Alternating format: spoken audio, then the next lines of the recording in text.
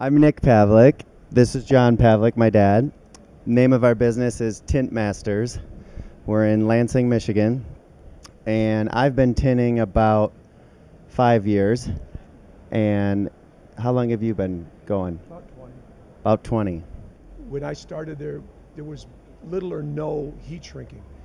Basically, you were applying it in strips on the back one. Through the defogger lines, you're trying to cut it very nice. And basically, the only thing you use a heat gun for was to actually speed up the uh, adhesive in the drying. And then we started doing flat glass, maybe like 2000 or something? He started, and then I started doing a lot more when I came on. No. usually usually somebody calls and they just present the problem that they have. We can't use our living room, we can't see the TV, or it's too hot and we never go in the sunroom ever. Um, a lot of search engines online will bring up our site, and we're represented in the phone book. But I think the main thing is word of mouth. And for instance, I had a couple customers that I tinted this one lady's house, and she's in this bridge group where they meet at their house and play bridge. Then before you know it, I go and do a couple more jobs with the bridge group.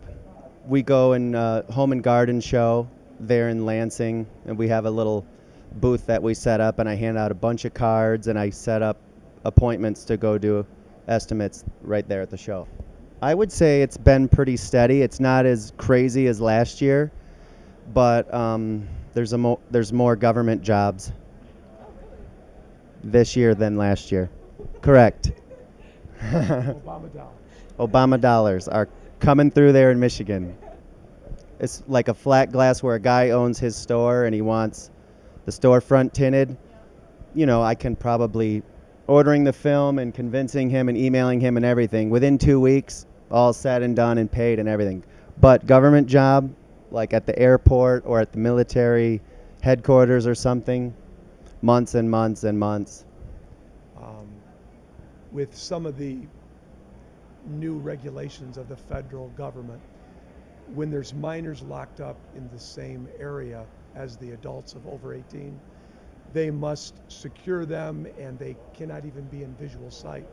A lot of the jails of overpopulation, they end up, because there's so few minors that are locked up, that they will put them in a separate solitary confinement cell, which is normally right behind the control room.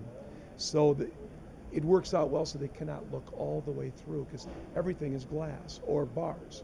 So we go in there and actually tint those windows so they cannot be seen. The only bad side of it is we use reflective tint at times, and there's a couple of the jailers that are female, and so this now has created another slight problem of sometimes they will stand in front of this reflective film and not realize that everything they do inside, they can be seen from the outside. We also got a bid to do all of the Lansing Police Department K9 unit cars, and we did limousine tint.